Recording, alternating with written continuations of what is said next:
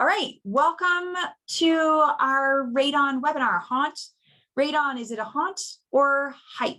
I am Melanie from HomePro, the home inspection company. We did more than 2,000 radon tests last year, and I am going to share some of the data and our processes with you so that you can help manage your transactions even better. So with that, I have a Q&A question for you that you can put into the Q&A. And we will get started. That's coming up in a little bit. If you have questions, stay after, and I will answer them from the Q&A. So to get started with, the first thing we need to know is, what is radon? And most people have no idea. They know there's like some kind of test. They know radon doesn't sound good, but this is what radon actually is. If you can see on my screen, radon is uranium that it's a naturally occurring rock in the Earth's core, and it as it decays, it emits and transitions into a gas. It goes from uranium to radium to radon, and that gas can get caught in homes, and that gas is not very healthy for us. So radon is found across the globe. It is, right now I'm breathing radon and you are breathing radon. There is no such thing as zero radon.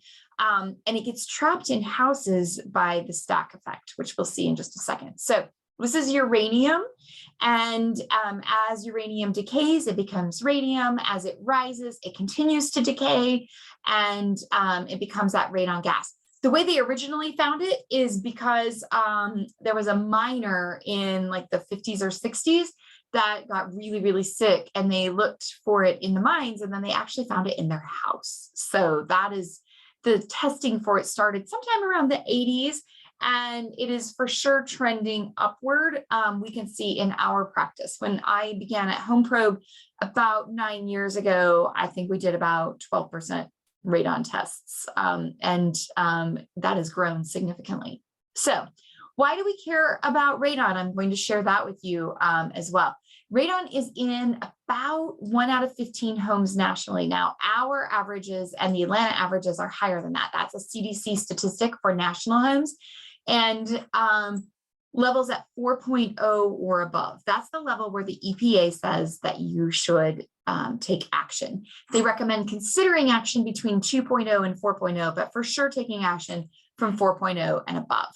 The gas is, you can't see or smell or taste it, and it is a causer of lung cancer, which we will get to. So this is the EPA map of Georgia and South Carolina, and you can see we practice mainly up the coast in South Carolina, so we don't automatically recommend radon testing there.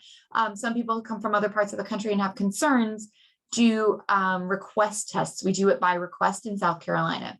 In our Atlanta market, given the EPA map, and I'll show you the map done by the University of Georgia in a moment, we recommend it with every real estate transaction that we inspect for, besides condos below or above the 3rd floor.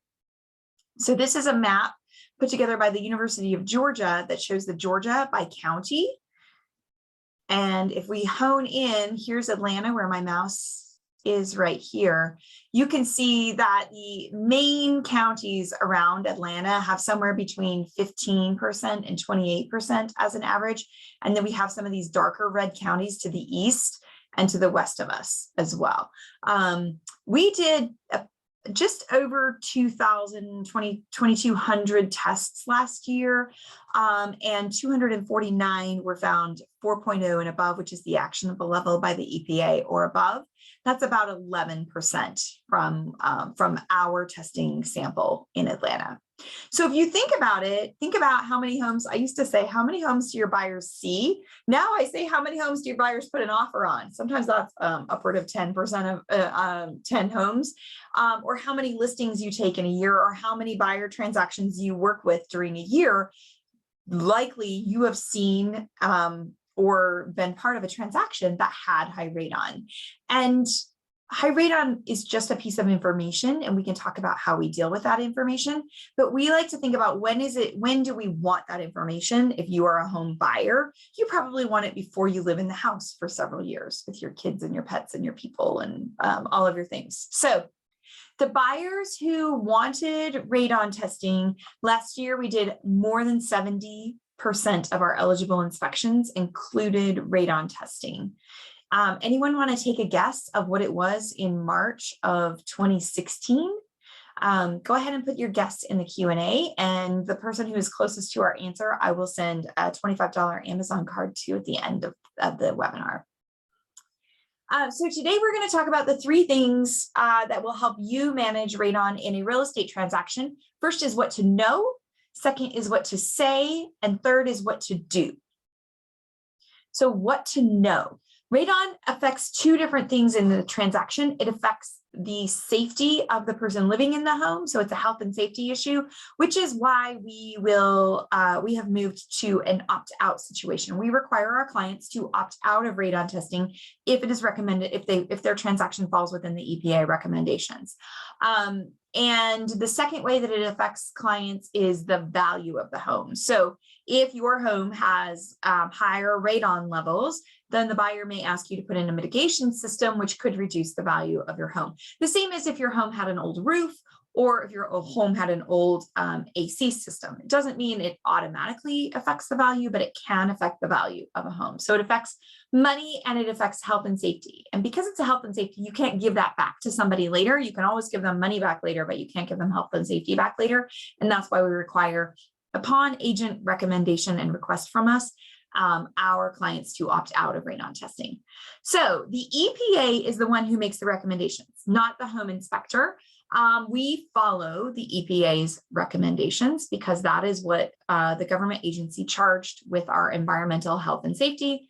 And so we follow their recommendations. They recommend in every real estate transaction, it's a really great time to test the radon levels. And that's for every single family home and every townhome.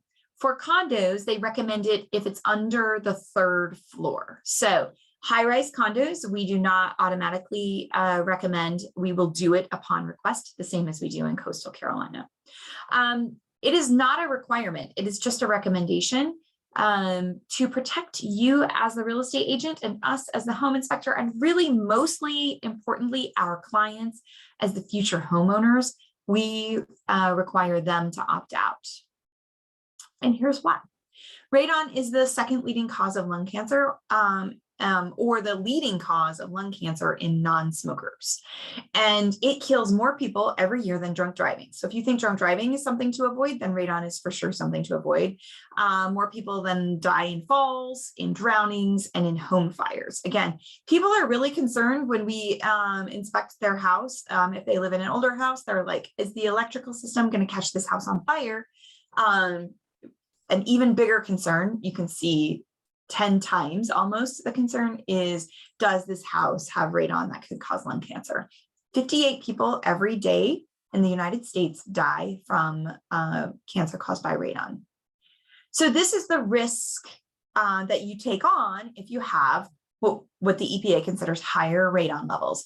So there is no safe radon level. The average outdoor radon level is 0.4.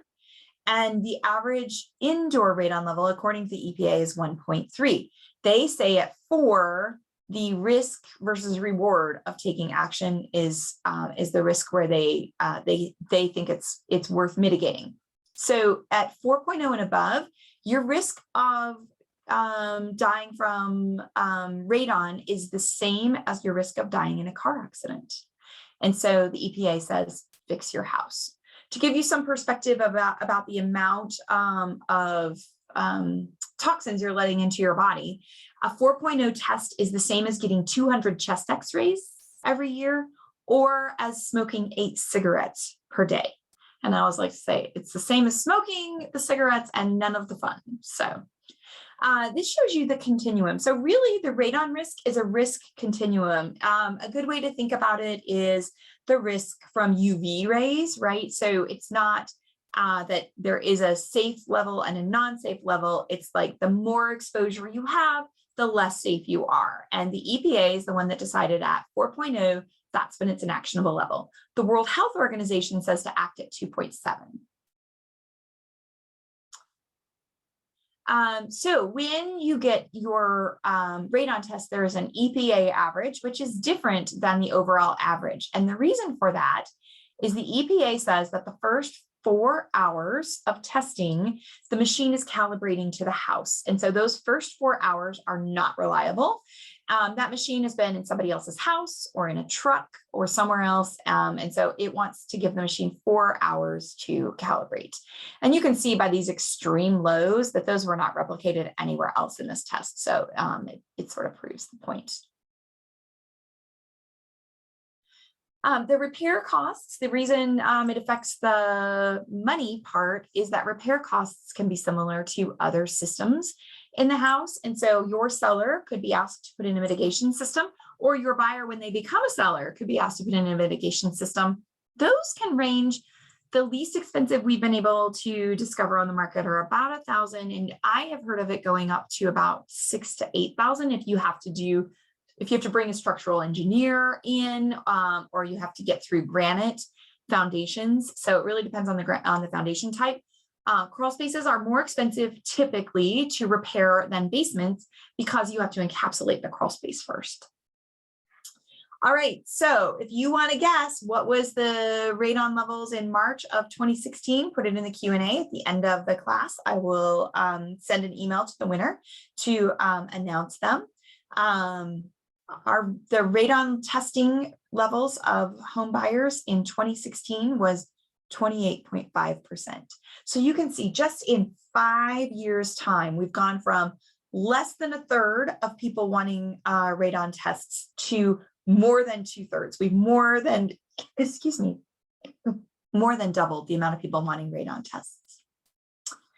Second thing on how to help you as the realtor handle radon in your transaction, what to say or not say, how to let your client really own the decision. They get to decide, because when they decide, they make themselves the happy or sad camper in this situation.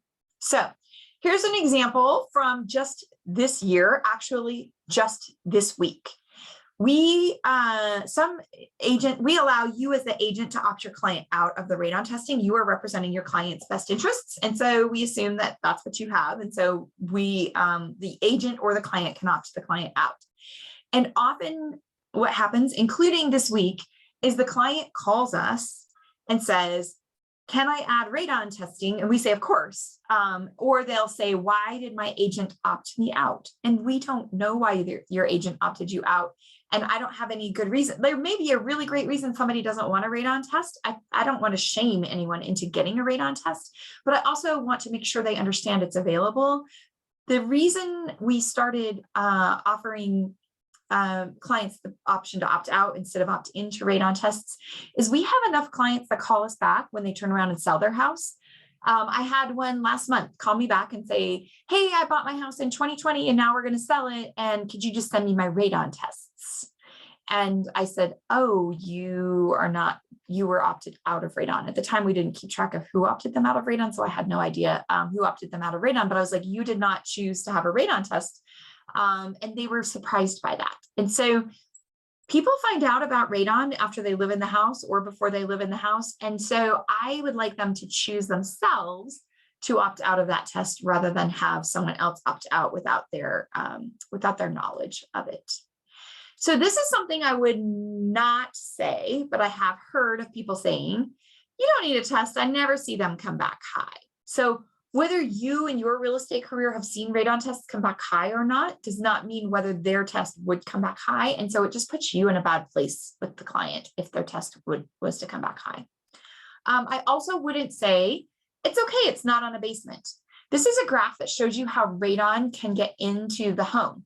And so it can come in through the foundation. It can come in through cavities in the walls, through gaps in stone walls. So it can come in regardless of the type of foundation that you have. The radon can come in. Now, it is true, radon levels tend to be higher in basements, and they tend to be more frequently higher in basements. That is all true. but just this year, since 2022, these are what we've found in terms of high radon levels. Our lowest level in a basement was 0.2, which is great. It's below the average level. So a basement doesn't mean it's necessarily high. Our highest level we did find in a basement, 49.9. But a crawl space, look at these crawl space. We found 12.9 levels in a crawl space, and we found 15.6 on a slab. Now, we do not test in the crawl space, so it's the first level above the crawl space. But a house with a crawl space foundation, we did find a 12.9, and there were other episodes of them being high last year. The same is true of a slab, 15.6. So those are for sure levels that clients would want to consider acting on, and especially given the EPA. I wouldn't say it's okay. It's a condo. You don't need a radon test. Now, the EPA does not automatically recommend it for the third floor and higher, because that radon, the radon gas is more of a heavy gas. But here's what we found in a condo, 15.6 this year. I wouldn't say it's okay because it's got a mitigation system. So a mitigation system means we know there was a radon problem in the past because somebody bothered to pay money to install a radon mitigation system. If the seller has recently tested the radon mitigation system, I would not recommend a retest for your buyer. I would use the seller's test for the mitigation system if it's a recent test. This is an example of a radon test that we did for a house with a mitigation system where it came back high. So it can come back high. I would not say it's okay. It's on a townhouse. It's a townhouse. Townhomes definitely come back with high radon levels. In fact, this is one where I was literally talking to the agent and their client on the phone. And the agent said, ask the home inspector about that. And we recommended it, and it came back at over 14. I wouldn't say it's okay because it's new or it's old or it's near Stone Mountain or it's not near Stone Mountain. You're just making assumptions that are not provable. So yes, on the east side of Atlanta, there's a pocket where there's higher radon levels than other parts of Atlanta, but that doesn't mean those parts of Atlanta won't have them. And you only risk putting your foot and maybe your liability in your mouth when you make assumptions. So if you don't want to tell the client that they should get a radon test, I'm totally fine with that. That's outside, your job is to interpret the market for the client and to make sure that they're paying market value for their house. You're welcome to say, ask the home inspector, and I give them facts about radon, which is the EPA makes the recommendation. This is how often they come back high. This is how many of our clients choose to do it, and then let them make their own decision. 23 out of 101 years of building did not have high radon results last year. So we tested everything from 1915 to actually 2021 last year, and only 23 of those 101 years did not have high results. So you can't tell based on the year. In fact, we don't often get to test multiple houses that are generally the same build on the same street on the same day, but we did in 2020, and one came back high and one came back not high. And so that just tells you can't tell unless you're in the house. The stack effect is going to definitely affect that house, and there's no way to tell without being in the house. Which leads us to our third point for the day, which is what to do about radon testing in your transaction. And this is where a lot of agents don't know that you can actually affect or have an effect on how that radon is being tested in the house. So the first thing I would do is advise your sellers, if there's a radon test, how to keep closed building conditions. There is a lot of information out there that adding air to the house is going to make the test go lower. It sometimes makes the test go lower. Sometimes you're you're just changing the pressure in the house. And so sometimes you could be letting more radon in. So there's no way to know, but use the closed building conditions that the inspector will send to you. The monitor is about the size of a lunchbox. I will tell you, we get calls from sellers all the time that we put the monitor in a terrible place for them because they're having a party in their room. So if that's the case, let us know. We'll not put it in that room, or we can help the seller move it. this monitor collects air and measures the radon internally. It does not emit radon into a house that is not already there. It collects a sample and measures the radon levels in that sample. It will report an average every hour for the testing period, or will report a measurement every hour for the testing period, and then we take an average. Our test periods can go anywhere from 48 to almost 1,000 hours. I forgot a zero there. These are the closed building conditions. People call and say, can I go back into my house? It has a radon test. Yes, you can live in your house the way a normal person would live in a house any time of the year. So run your HVAC normally. Do not turn it on fan, leave it on auto. You can come and go out of that house. We just ask that you don't leave windows and doors open, because that's a very seasonal approach to living in a house. So while it's spring, like right now, sometimes we like to leave our doors and windows open, but in December we don't. And so we want to get a reading that would match almost any day of the year. And so that's by running your HVAC normally.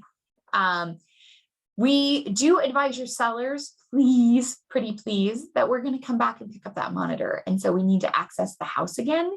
And it's interesting, since COVID, sellers are in their houses more while we're picking things up, or they have their kids in their houses, or they want a phone call or a text on our way. We're happy to do that. We're happy to help them give instructions on how to leave that monitor outside when the testing is done, so we don't need to access the house.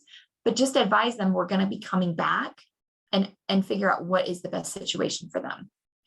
If I'm the listing agent, I'm going to pay attention to where that radon monitor is placed. It's supposed to be placed on the lowest habitable level. Doesn't mean finished level, but if that bottom level is part crawl space, if it has a dirt floor, if it could not easily be renovated into habitable space, it has too low of a ceiling, it's not a real basement, I would call the inspection company and ask about why they placed the monitor there before you get results back. Once you get results back, it's really difficult to then factor all of these things in. So before the results come back, it's really easy. So you're always welcome.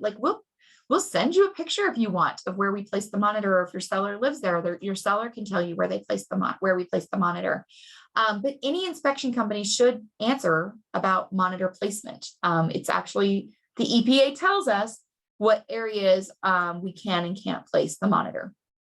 The biggest question we have is, it rained really hard, so does that make the results higher? It can make the results higher. Rain for sure affects the pressure, which affects the stack effect in a house. And so we do tend to see higher results during rain, but it has to be severe weather in order to discount those results entirely. The EPA knows that it's going to rain. So they say if it's severe weather, don't count those results. Severe weather, we have actually gone to the effort of actually defining. And so this is severe weather as defined by Home Probe using EPA guidance. It essentially means there's a tornado or significantly high winds, 31 miles per hour or greater. It's not just a thunderstorm, it's a tornado or wind gusts in excess of 57 or 30 miles per hour, hail 1 inch or greater. That's pretty big hail. So it's pretty significant to be severe weather. So if you're worried about rain having we're taking a snapshot, it's a 48-hour snapshot. We can take a longer snapshot if your due diligence days will allow for it. You'll get a better, bigger reading, which is more information. So it's better, not necessarily because it's lower, it's better because we have more data to work with. So if you are concerned about the rain, let us know ahead of time and we will set a longer test. We do not recommend retesting, and we will charge you to retest if we don't have a reason to say that our results are not valid. So high results in rain means this house has high radon when it is raining, right? And when do people stay in their house? When it is raining. It rains in Georgia. But if you think that there's been interference with the test, or if you think that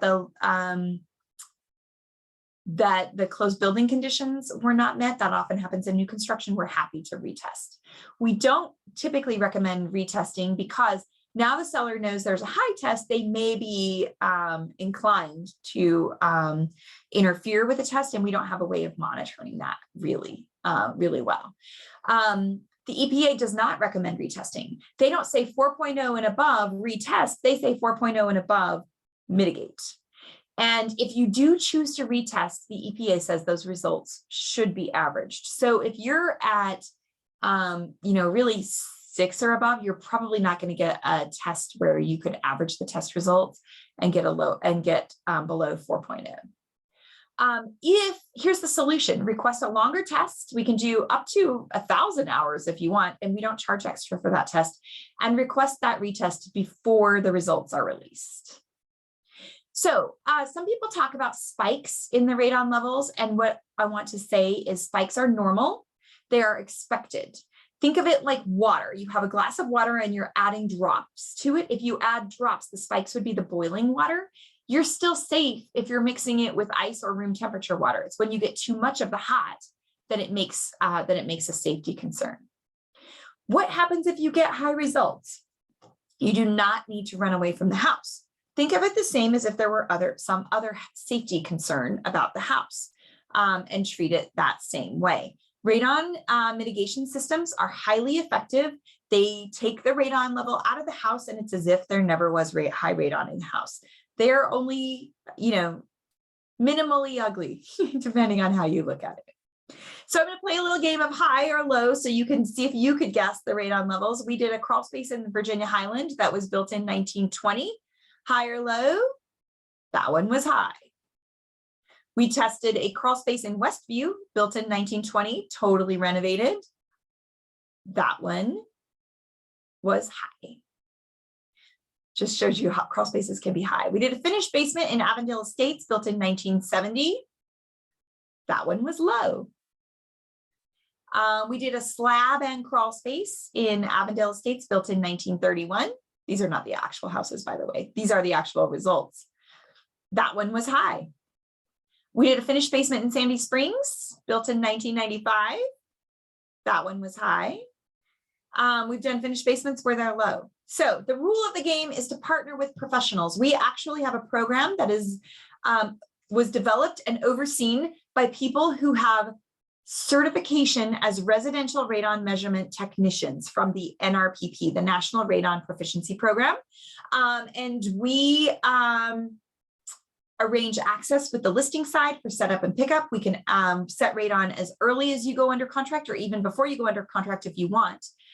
We follow the standards of practice from the NRPP, and we know how big and when additional monitors need to be added to that test. So if it's over 2,000 square feet on the same level, if you have different foundation types, you need one test at each type of foundation, and we will do those additional monitors at no extra charge for your client. So we get them a really good radon result, meaning quality radon result, because we have quality control. One of the things that we do is our radon monitors are sent for calibration, where they're put into what's called a star chamber. They're exposed to a known amount of radon and calibrated to read controlled amounts of radon. We do 10% of our tests that we do per week, we do a quality control on. So if we do 100 tests per week, we do 10 quality control tests. That's where we set monitors side by side within 12 inches of each other. They're called co-located, and we set the test at the same time, and then we compare the results. And there's a formula for those results, how close those monitors need to match each other. Also, when we get a monitor back from calibration, we have to test it against a monitor in our fleet that's currently active. And so that's how we know those results that we're getting from the monitors are good results. So what's next? What's the best way to schedule an inspection with us? The answer is however you want to. We have online booking at home-probe.com. You can text or call us at our main number. And you can email info@home-probe.com. We will hold appointments on our schedule for you for as long as possible while you are negotiating contracts, and we will communicate with you about when we need to release those. What's next in terms of our education department? If you want to learn how to prevent a problem like this is a slow leak. This is what can happen when water slowly leaks, and we can detect it before it hits that finished surface, so we can stop the slow leak before it does all this damage. We're going to talk about that tomorrow in our thermal imaging webinar at noon. So with that, I'm going to stop the recording and stay after to answer any questions.